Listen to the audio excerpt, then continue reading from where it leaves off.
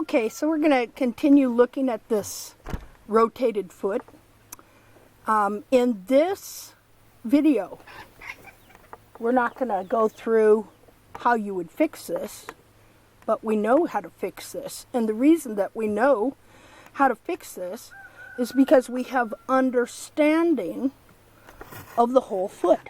Remember, this is a whole foot. Now I have a number of other foot. This is a different foot than the last one I showed you. Okay, there's a foot there. Different horse here. This is a gelding. This is a mare. Let's see. I got everything on here. There we go. This was a mare. Right here. Got this horse here. He was a gelding. We can take his foot out of the capsule. Now, I want you to see something though. Okay, if we look at the bottom of the foot, here is the frog skin, corium, that grows the frog. What are we talking about? That is a frog right there. But when you take the hoof capsules off, they come off in one piece and they're attached. It grows all in one unit, in one piece, like a shoe. And again, this, if the horse would have kept living, by next year, all this would be gone. It would be dust. Bits and pieces laying here and there, and whatever happened to it. So, but when the horse dies, then you have this that you can study, and you can take it off of the foot. And remember, the foot is in what? One unit, covered with skin. See, you haven't even seen a coffin bone yet, have you? See, but some people mistake this whole thing for a coffin bone. That's because they just don't understand the anatomy. So we have the hoof capsule for this foot, which is right here. All in one unit, like a shoe.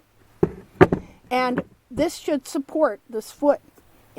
This has to be grown from the shape of this foot before it is deformed, because remember, 2/3 of it is soft cartilage and fat. The whole back of the foot can be deformed. It can be pressed in here, and it's going to press up into the coffin bone here, and it's going to affect the way this coffin bone wants to set in the foot. See, you want these things to have weight-bearing unity together, equilibrium. And what happens when they're not trimmed right? You want to chop them heels off. Well, then that sets the foot like this, and it changes how they bear weight together. It changes the connection, and then they start pulling apart from one another. Okay, so let's put this over here. But anyway, so here's 2 hoof capsules with the frogs. They were taken off in one piece. Okay, now here's another foot here off a gelding.